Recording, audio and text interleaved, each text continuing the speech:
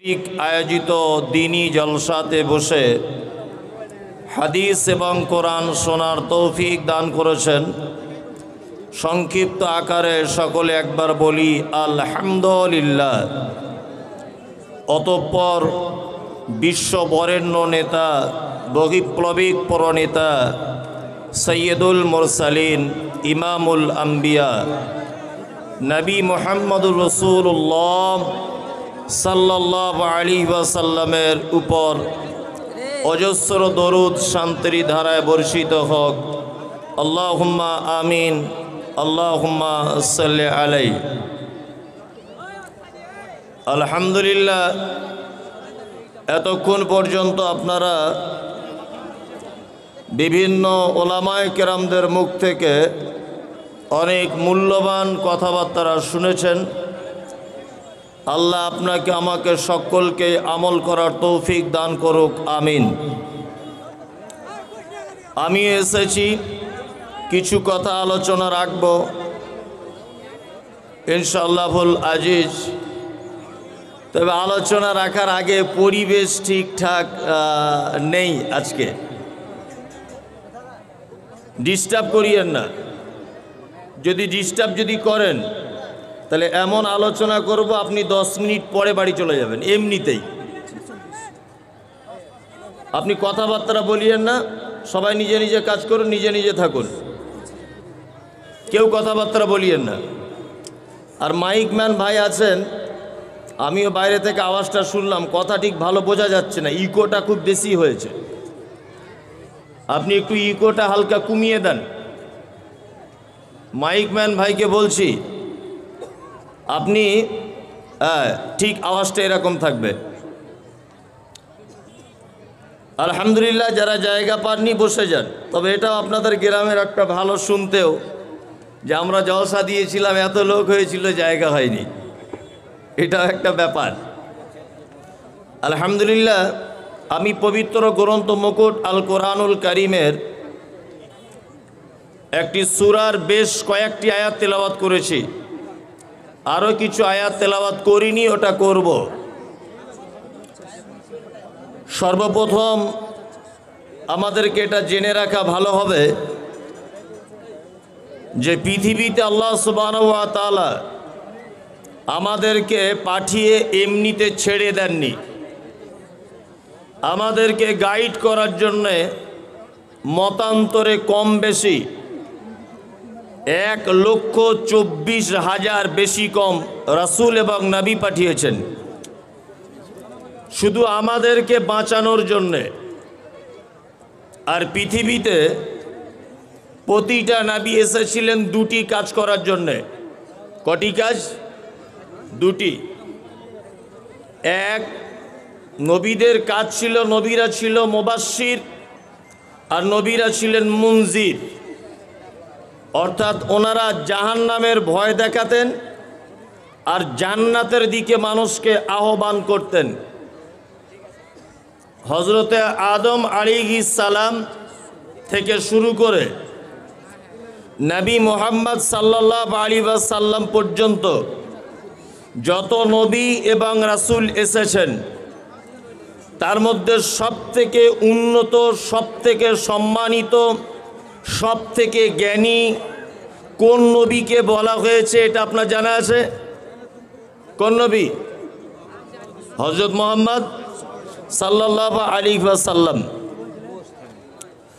আর একটা কথা বলে রাখছি, হযরত আদম আলাইহিস সালাম পৃথিবীতে এসেছিলেন। এক একটা নবীদের এক একটা আলাদা দিকের মর্যাদা বেশি আছে। যেমন আদম আলাইহিস সালামের মর্যাদা কিছু কিছু দিকে বেশি, যেটা আমাদের নবী মুহাম্মদ সাল্লাল্লাহু আলাইহি ওয়াসাল্লামের ছিল না। যেমন পৃথিবীতে সর্বপ্রথম নবী হয়ে এসেছিলেন, ওনার নাম আদম আলাইহিস সালাম। তাহলে নবুয়তের দিক দিয়ে, নবীর দিক দিয়ে সিরিয়াল নাম্বারে সবার আগে আছেন কে? আদম আলাইহিস সালাম। এক। ওনার দ্বিতীয় মর্যাদা হচ্ছে পৃথিবীর সর্বপ্রথম মানুষ তিনি, এটা ওনার দ্বিতীয় মর্যাদা। এবং তৃতীয় মর্যাদা এটা যে আল্লাহ সুবহানাহু ওয়া তাআলা পবিত্র আল কোরআনে বলেছেন যে ফাইন্না খালাকনাকুম মিন তুরাবিন সুম্মা মিন নুতফাতিন সুম্মা মিন আলাকাতিন সুম্মা মিন মুদগা, আমি মানুষকে তৈরি করেছি মাটির উপাদান দিয়ে। এই মাটির উপাদান দিয়ে মানুষ সৃষ্টি, এটা একজন মাত্র মানুষের জন্য করা হয়েছে, তিনি হচ্ছেন আদম আলাইহিস সালাম। পৃথিবীর আর কাউকে মাটি দিয়ে বানানো হয়েছে? হয়নি। তাহলে এই সমস্ত মর্যাদার দিক দিয়ে তিনি অনেক উপরে।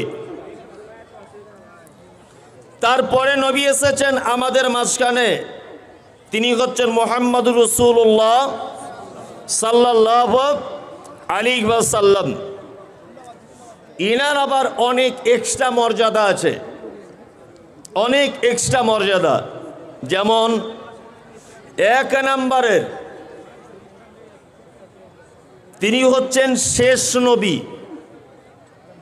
আল্লাহ মুহাম্মদ সাল্লাল্লাহু আলাইহি ওয়াসাল্লামকে দিয়ে এই নবুয়তের পদ্ধতিটাকে একেবারে শেষ সমাপ্তি ঘোষণা করে দিয়েছেন। পৃথিবীতে আর কোনো নবী আসবে না। মুহাম্মদ সাল্লাল্লাহু আলাইহি ওয়াসাল্লাম যে শেষ নবী, এটা আমি বুঝবো কেমন করে? এটা আপনি বুঝবো কেমন করে? যদি বলছেন কোরআনে লেখা আছে যে খাতামান নাবিয়িন, ইনি হচ্ছেন শেষ নবী, এটা আপনি জানেন যে বর্তমানে কিছু ভণ্ডরা বার হয়েছে সোশ্যাল মিডিয়াতে, যারা কোরআনের পর্যন্ত ব্যাখ্যায়, কোরআনের পর্যন্ত মানে উল্টিয়ে ধরছে। দেখেছেন? আপনাকে আমি দুটো একটা দেখাই। এক, পবিত্র আল কোরআনে বলা হয়েছে ওয়া নুনাজ্জিলু মিনাল কোরআন মা হুয়া শিফাউন ওয়া রাহমাতাল লিল মুমিনিন। আল্লাহ তাআলা বলছেন পবিত্র আল কোরআনে এমন কিছু আমি অবতীর্ণ করেছি যেটা মোমেনদের জন্য, মানুষদের জন্য শিফা, আরোগ্য, আর মোমেনদের জন্য এটা করুণা। এটা আল্লাহ সুবহানাহু ওয়া তাআলা বলছেন শিফা। এমন কিছু আবিষ্কার করেছি কোরআনে যেগুলো মানুষের অনেক রোগের প্রতিষেধক। কিছু হুজুরেরা এই শেফা শব্দ দিয়ে রোগ ধরতে গিয়ে ব্যাখ্যা করেছে যে কোরআনে যে সব রোগের ঔষধ, তার মানে কোরআন এরকম সাদা কাগজের তাবিজের আকারে ভালো করে জুত করে লিখে হাতে বেঁধে দাও। কিছু হুজুরেরা ফতোয়া দিচ্ছে না?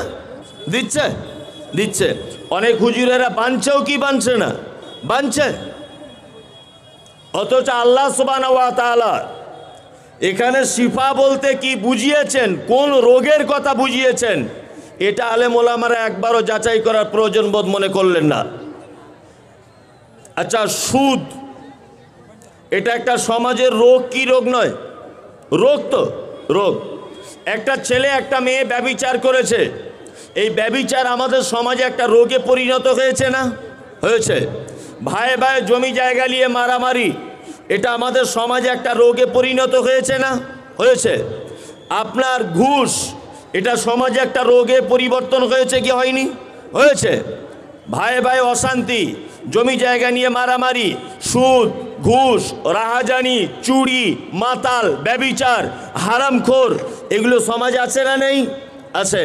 আল্লাহ সুবহানাহু ওয়া তাআলা বোঝাতে চেয়েছেন যে প্রত্যেক সমস্যার ঔষধ আমি পবিত্র আল কোরআনের ভিতরে দিয়ে দিয়েছি।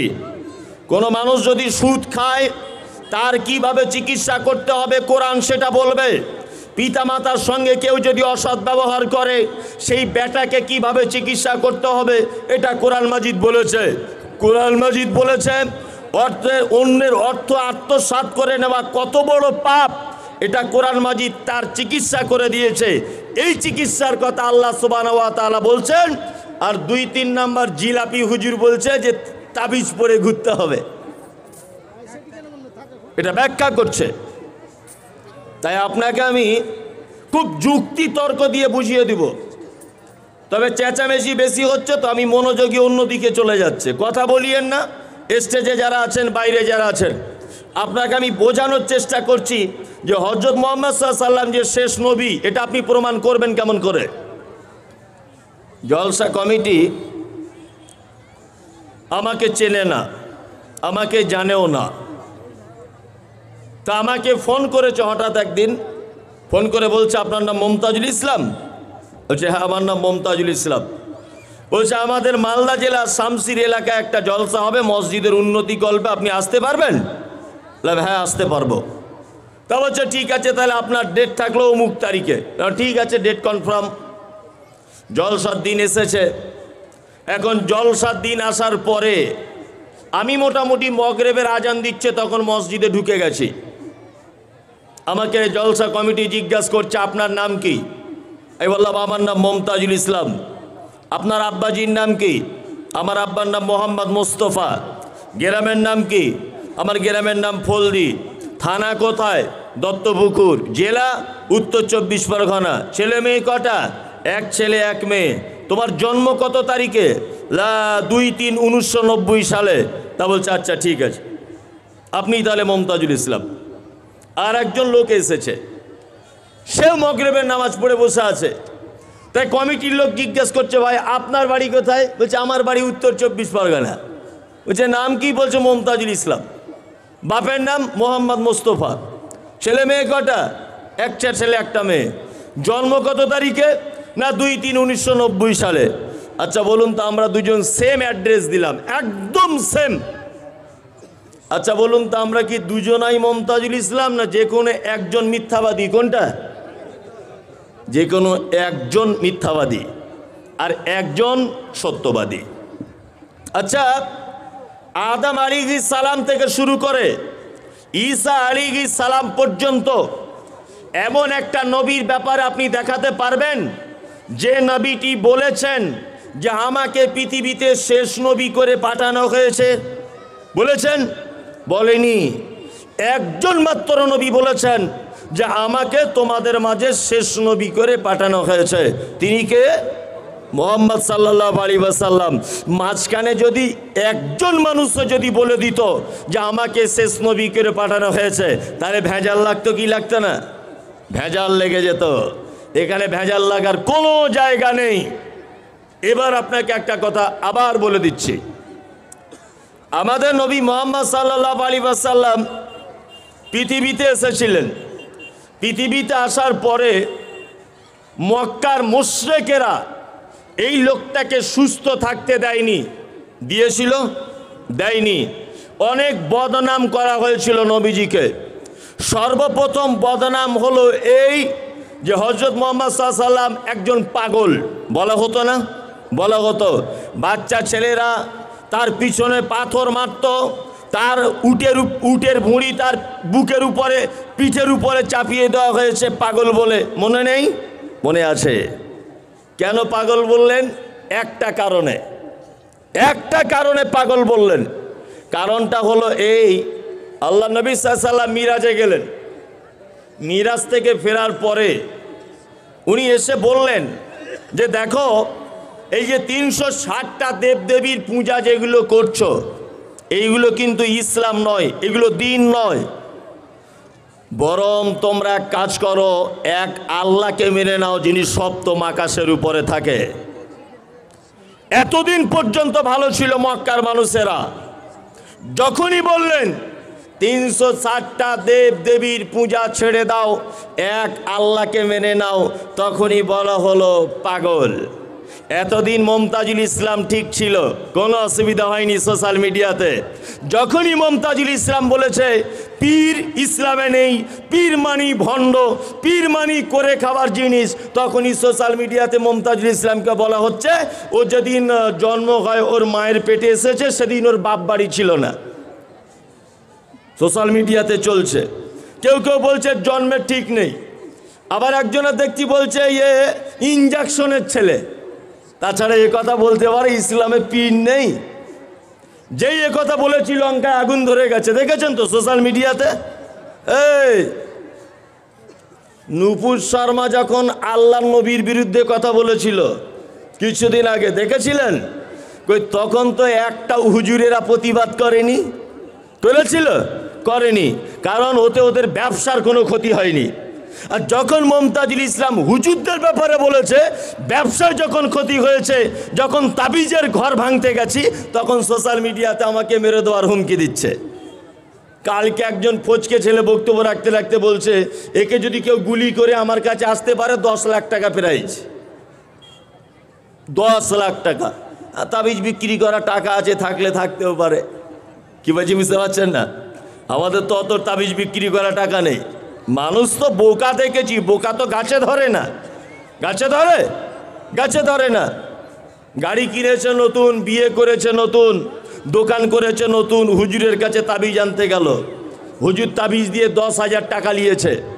তা লোকটা জিজ্ঞাসা করছে, হুজুর তাবিজের কাজ কি?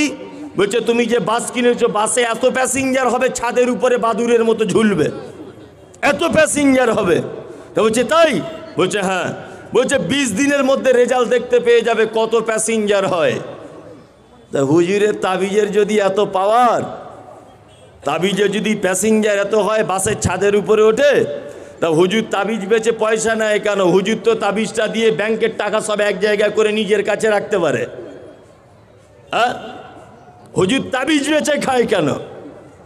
যখনই আপনি সত্য কথা বলতে যাবেন, তখনই হবেন আপনি বিতর্কিত। আল্লাহ নবী সাল্লাল্লাহু আলাইহি ওয়াসাল্লামকে বলা হলো পাগল, বলা হয়নি? হয়েছে। 2, আল্লাহ নবী সাল্লাল্লাহু আলাইহি ওয়াসাল্লামকে বলা হয়েছিল চরিত্রহীন। আল্লাহ নবী সাল্লাল্লাহু আলাইহি ওয়াসাল্লাম সর্বপ্রথম বিয়ে করেছিলেন একটা মেয়েকে, তার নাম কি? হ্যাঁ, আম্মাজান খাদিজাতুল কুবরা রাদিয়াল্লাহু তাআলা আনহাকে সর্বপ্রথম বিবাহ করেছিলেন। খাদিজার বয়স ছিল কত? 40। আল্লাহ রসুলের বয়স কত? 25 বছর, টকবকে যুবক। যখন বিবাহ হলো, তখন মক্কার মানুষেরা বলতে লাগলো, নিশ্চয়ই লোকটার চরিত্র খারাপ। তাছাড়া বুড়ি বয়সের একটা মেয়েকে বিবাহ করে 25 বছরের একটা ইয়াং ছেলে, এর চরিত্র খারাপ। নাম্বার 3 বদনাম দেওয়া হলো। 3 নম্বর বদনাম দেওয়া হলো যে আল্লাহ নবী সাল্লাল্লাহু আলাইহি ওয়াসাল্লাম, আপনাদের গ্রামে একটা লোকের যদি বেটা বেটি কিছু না থাকে, তাহলে কি বলে মানুষ তাকে? বাঁঝা, বাঁঝা। আর কারোর যদি বেটি থাকে, বেটা যদি না থাকে, তাহলে কি বলে? এই কথাটা বলে যে তোর বংশেতে প্রদীপ জ্বালাবার লোক নাই। এটা বলে না? বলে তোর বংশেতে প্রদীপ জ্বালাবার লোক নাই। ঠিক তেমন মুহাম্মদ সাল্লাল্লাহু আলাইহি ওয়াসাল্লামের একটা বেটাও বেঁচে ছিল? ছিল? ছিল না। বেটাগুলো যখন সব মারা গেল, তখন মুশরিকেরা বলতে লাগলো কি না, বলতে লাগলো তোমার বংশের প্রদীপ জ্বালাবে কে? তোমার শিকড় কেটে গেছে বংশের। আল্লাহু আকবার। সারা পৃথিবীর শিক্ষিত মানুষেরা মেনে নিল নবী মুহাম্মদ সাল্লাল্লাহু আলাইহি ওয়াসাল্লামের বংশ শেষ। আর আছে? আছে? নাই। কিন্তু বর্তমান কিছু হুজুর বক্তব্য রাখতে রাখতে বলছে আওলাদে রাসূল আমরা। আওলাদ মানে কি? সন্তান বা ছেলে। বলছে আমরা নবীর বেটা। আবার বলছে আমরা কুরাইশ বংশের লোক। এই পাগল, কুরাইশ বংশতে আবু জেহেলেরও জন্ম হয়েছিল। কুরাইশ বংশ তো শুধু আল্লাহ নবী সাল্লাল্লাহু আলাইহি ওয়াসাল্লাম ছিলেন না, আল্লাহ নবী ছিলেন। কুরাইশ বংশ তো ইসলামের সব থেকে বড় শত্রু, নাম তার আবু জেহেল। আবু জেহেলও তো কুরাইশ বংশে ছিল।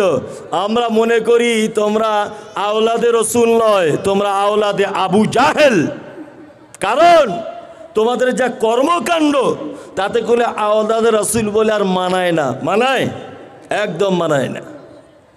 নবী মুহাম্মদ সাল্লাল্লাহু আলাইহি ওয়াসাল্লামকে বদনাম দেওয়া হলো যে তোমার বেটাগুলো বেঁচে নেই কেন। আমি মাঝখানে একটা কথা বলে রাখছি, খুব মন দিয়ে শুনবেন। এই কথাটায় সর্বপ্রথম আমি বেশি বিতর্কিত।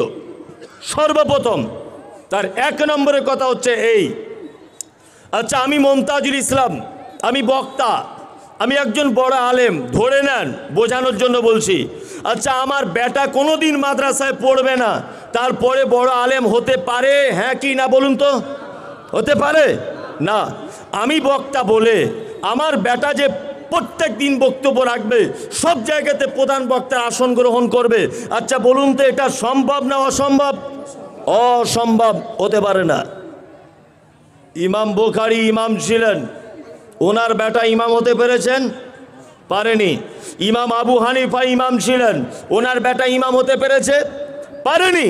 আপনাদের এলাকার একজন হাই স্কুলের মাস্টার আছে, আচ্ছা ওই লোকটা মাস্টার বলে তার বেটা বিনা পরিশ্রমে বিনা পড়াশুনোতেও সেই স্কুলে হেডমাস্টার হতে পারবে? পারবে না, সম্ভব নয়। তার মানে পৃথিবীতে কিছু হতে গেলে আপনাকে অর্জন করে তবে হতে হয়। ইমামের বেটা ইমাম হতে পারল না, মাস্টারের বেটা মাস্টার হতে পারল না, বক্তার বেটা বক্তা হতে পারল না, কিন্তু পৃথিবীতে একটা টাইটেল আছে, যে টাইটেলটা পৃথিবীর কোনো ইউনিভার্সিটিতে করা হয় না। করা হয়? কোনো স্কুলে পড়ানো হয় এই টাইটেলটা? কেউ আলেম হয়, কেউ ইরফানি হয়, কেউ আপনার দেওবন্দ থেকে ফারেক হলে কাশেমি হয়, কেউ জামিয়া সালাফিয়া থেকে ফারেক হয়ে সালাফি হয়, কেউ জামিয়া আসারিয়া থেকে ফারেক হলে আসারি হয়, কেউ কলকাতা আলিয়া থেকে যদি ডিগ্রি অর্জন করে তার নামের শেষে আলিয়াবি লেখা হয়। আচ্ছা বলুন তো, পৃথিবীতে এমন একটা পদ্ধতি, এমন একটা স্কুল, এমন একটা কলেজ, এমন একটা ইউনিভার্সিটি, এমন কোনো শিক্ষাঙ্গনের এই সিস্টেম আছে যেখানে পড়াশুনো করলে পীর উপাধি পাওয়া যায়? আছে না। এটা বংশ পরম্পরা। তুমি কিছু জানো আর না জানো, পীরের বেটা তুমিও পীর, পীরের বেটা তুমিও পীর। কি আশ্চর্য ব্যাপার! এগুলো মানুষ বুঝতে পারে না। মাইক ম্যান ভাই, আপনি একটু ভালো করে চালান, গলাটা বারবার টেনে নিচ্ছে, নয় আগের মতো করে দেন, মাইক ভালো চলছে না। কথা হচ্ছে এই যে পৃথিবীতে একটা পদ্ধতি আছে, যে পদ্ধতিটা হলো পরম্পরা, হতেই থাকে। শিক্ষা কিছু অর্জন করতে হয় না। আমাদের নবী মুহাম্মদ সাল্লাল্লাহু আলাইহি ওয়াসাল্লামের বেটাগুলো মারা গেল কেন? এবার আপনাকে বলছি। আল্লাহ তাআলা যে কত রণকৌশল, এটা বোঝা খুব মুশকিল। আচ্ছা, যারা আমরা এখানে দাঁড়িয়ে আছি বা বসে আছি, সকলেই একবার হাতটা উঠিয়ে বলবেন তো, আল্লাহ নবী সাল্লাল্লাহু আলাইহি ওয়াসাল্লামকে আমরা ভালোবাসি, হ্যাঁ কি না? সকলেই তুলুন। সকলেই ভালোবাসি, তাই তো? আচ্ছা, যদি আপনার সামনে এখন বলা হয় যে এইটা হযরত মুহাম্মদ সাল্লাল্লাহু আলাইহি ওয়াসাল্লাম, এই লোকটা ধরে নেন, এই লোকটা হযরত মুহাম্মদ সাল্লাল্লাহু আলাইহি ওয়াসাল্লাম, আর এই লোকটা মুমতাজুল ইসলাম। আচ্ছা, মুমতাজুল ইসলাম আর হযরত মুহাম্মদ সাল্লাল্লাহু আলাইহি ওয়াসাল্লাম, আপনাকে যদি দুটো পক্ষ যদি গ্রহণ করতে বলা হয়, আপনি কোন পক্ষকে ভালোবেসে গ্রহণ করবেন? মুহাম্মদ সাল্লাল্লাহু আলাইহি ওয়াসাল্লামকে। পৃথিবীর প্রত্যেকটা মুসলমান তার মনের মণিকোঠায়, হৃদয়ের অ্যালবামে গেঁথে রেখেছে মুহাম্মদ সাল্লাল্লাহু আলাইহি ওয়াসাল্লামকে। আল্লাহ নবী সাল্লাল্লাহু আলাইহি ওয়াসাল্লামের 4 বেটি, একটা বেটিও পৃথিবীতে বেঁচে ছিল না। আল্লাহ নবী সাল্লাল্লাহু আলাইহি ওয়াসাল্লামের জীবদ্দশাতে 3টে বেটি মারা গেল, একটা বেটি বেঁচে ছিল, তার নাম ফতেমা। আল্লাহ রসুল মারা যাবার 6 মাস পরে ফতেমা মারা গেছে। বেটাগুলো একটা একটা করে সব মারা গেল। আল্লাহ সুবহানাহু ওয়া তাআলার নবী বড় দুঃখিত, তিনি ভেঙে পড়লেন, খুব ভেঙে পড়লেন। কারণ যে বেটাগুলো তার নেই, বেটাগুলো তো নেই। আল্লাহ নবীর বেটাগুলোকে মেরে দেওয়া হলো কেন? এই কারণে মেরে দেওয়া হলো, আল্লাহ জানে যে নবীজিকে মানুষ যত ভালোবাসে, এর বেটাগুলো যদি পৃথিবীতে বেঁচে যদি থাকে, তাহলে নবী মারা যাবার পরে এর বেটাগুলোকে তার ভালোবাসার টানে নবী বলে মানুষ মানতে শুরু করবে। এই কারণে আগে থেকে বেটাগুলোকে ডেকে নেওয়া হলো।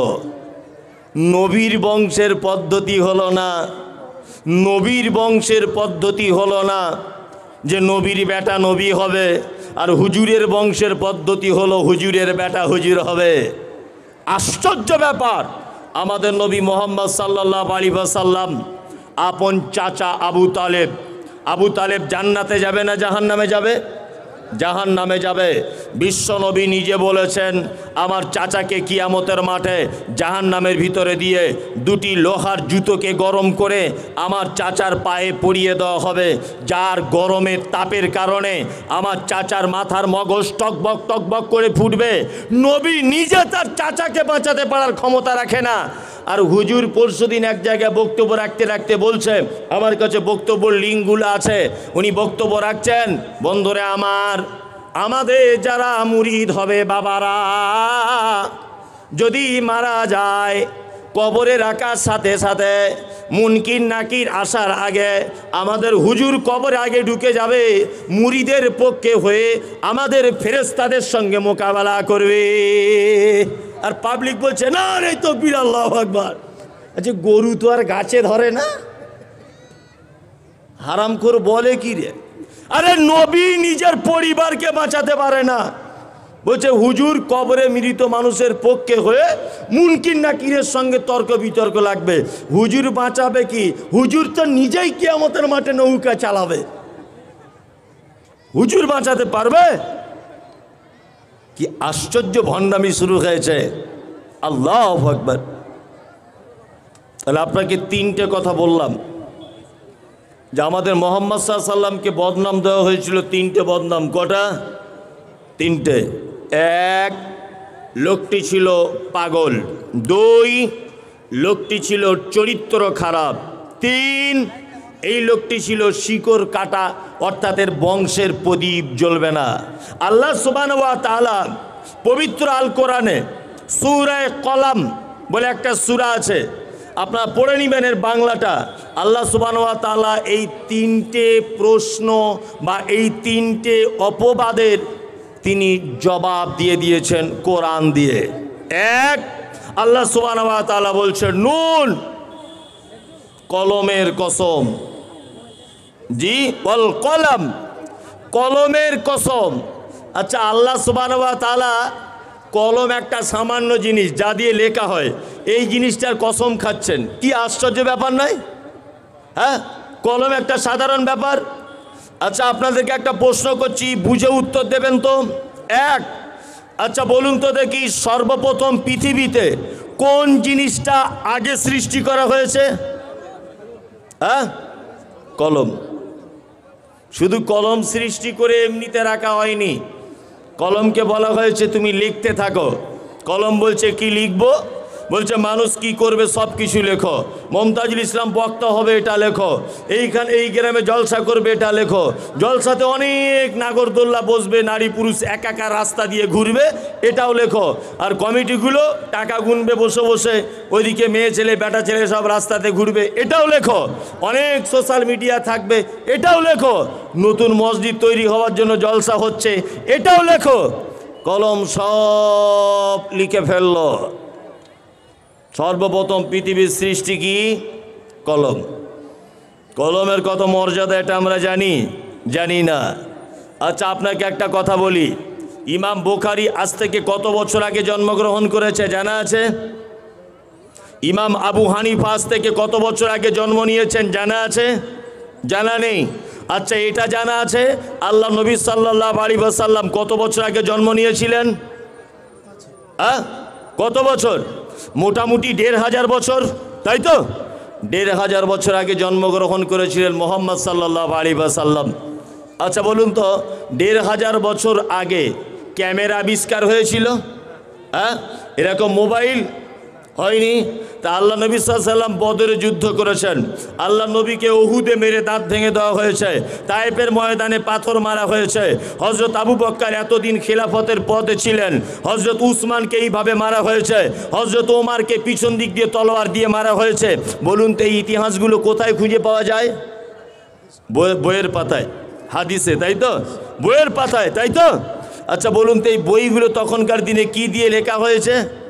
কলম। কলম এমন একটা ইম্পর্টেন্ট বিষয় যে ভবিষ্যৎকে কলম ধরে রাখতে পারে, এর নাম কলম।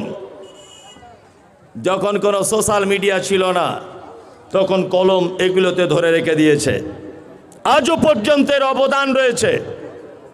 আল্লাহ সুবহানাহু ওয়া তাআলা পবিত্র কোরআনের ভিতরে বললেন নুন ওয়াল কলম ওমা ইয়াসতুরুন মা আনতা বিনিমাতি রব্বিকা বিমাজনুন। আল্লাহ সুবহানাহু ওয়া তাআলা বলছেন নুন ওয়াল কলম, আমি কলমের কসম করে বলছি, ওমা ইয়াসতুরুন, এবং তার দ্বারাতে যেটা লেখা হয়েছে সেইটার কসম করে বলছি। এইবার মাঝখানে একটা কথা বলে রাখছি, খুব মন দিয়ে শুনে রাখবেন। আচ্ছা বলুন তো, পবিত্র আল কোরআন অবতীর্ণ হওয়ার আগে পবিত্র আল কোরআনকে কোথায় রাখা হয়েছিল? লাউহে মাহফুজ কেমন এটা জানা আছে? জানা নেই। লাউহে মাহফুজটা কেমন এটা জানা আছে? ওটা সাদা না কালো না খায় না গায়ে মাখে এটা জানা আছে? জানা নেই। তবে জেনে নেন লাউহে মাহফুজটা কেমন। এক, আমি মমতাজুল ইসলাম খুব ভালো ছবি আঁকতে পারি, খুব ভালো ছবি আঁকতে পারি। আপনি আমাকে একটা রং আর একটা তুলি দিলেন আমার হাতে, যে তুমি এখানে একটা শিশুর ছবি আঁকো। আমি রং আর তুলিটা হাতে নিয়ে তো এইরকম ভাববো যে শিশুটা দৌড়াচ্ছে এইটা আঁকবো, না শিশুটা ভাত খাচ্ছে এটা আঁকবো, না শিশুটা তার মায়ের কোলে ঘুমিয়ে আছে এটা আঁকবো, না শিশুটা চিত হয়ে আছে এটা আঁকবো, না শিশুটা পাপ্পুতে দুধ পান করছে এটা আঁকবো। আচ্ছা বলুন তো, রং আর তুলিটা হাতে নেওয়ার আগে আমার মনের পরিকল্পনার জগতে অলরেডি একটা ছবি আঁকা হবে কি হবে না? হবে, হবে। যদি আমার মনের ভিতরে পরিকল্পিতভাবে কোনো ছবি যদি আঁকা না হয়, আমি ওই তুলিটা সাদা কোনো বোর্ডে লাগাতে সক্ষম হব না। তা আল্লাহ সুবহানাহু ওয়া তাআলা লাউহে মাহফুজ বলতে এইটা বুঝিয়েছেন, পৃথিবীতে কোরআন অবতীর্ণ করার আগে এই কলমের দ্বারাতে মানুষের হায়াত মাওত তকদির যেটা লেখা হয়েছে, আল্লাহ সুবহানাহু ওয়া তাআলা এই গচ্ছিত লেখার জিনিসটাকে লাউহে মাহফুজ হিসাবে বুঝিয়েছেন পরিকল্পনার একটা জায়গা। এর নাম কি? লাউহে মাহফুজ। আল্লাহ তাআলা বলছেন ওমা ইয়াসতুরুন, যেগুলো পরিকল্পনার জগতে লেখা হয়েছে আমি তার কসম করে বলছি, মা আনতা বিনিমাতি ও রব্বিকা বিমাজনুন, আপনি কখনোই আপনার রবের পক্ষ থেকে পাগল নন। এই যে মুহাম্মদ সাল্লাল্লাহু আলাইহি ওয়াসাল্লামকে বলেছি পাগল বলা হয়েছিল, বলেছিলাম না প্রথমে? আল্লাহ এই কথার জবাব দিচ্ছেন, মা আনতা বিনিমাতি রব্বিকা বিমাজনুন, কখনোই নয়, আপনি আপনার রবের অনুগ্রহে পাগল নয়। যারা বলছে তারাই পাগল। নাম্বার 2, আল্লাহ সুবহানাহু ওয়া তাআলা বলছেন ওয়া ইন্না লাকা লা আজরান গায়রা মামনুন, আপনাকে অবশ্যই উত্তম পুরস্কার দেওয়া হবে যা কোশ্চিন কালেও কোনোদিন কেটে দেওয়া হবে না। এইখানে কয়েকটা কথা আপনাকে বলে রাখছি। আল্লাহ নবী সাল্লাল্লাহু আলাইহি ওয়াসাল্লামের বেটাগুলো যখন মারা গেল, আবু জেহেল, আবু লাহাব, উতবা, সাইবা দলে দলে এসে বলছে, মোহাম্মদ তোমার তো কপাল বড় খারাপ, তোমার এই তাওহীদি মিশন আর কে জাগিয়ে রাখবে? তোমার একটা বেটাও তো আর বেঁচে নেই। আল্লাহ নবী সাল্লাল্লাহু আলাইহি ওয়াসাল্লাম ভেঙে পড়েছিলেন। আল্লাহ সুবহানাহু ওয়া তাআলা পবিত্র আল কোরআনের ছোট্ট একটা সূরা উপহার দিয়েছিলেন, এটা আমাদের সকলেরই মুখস্থ।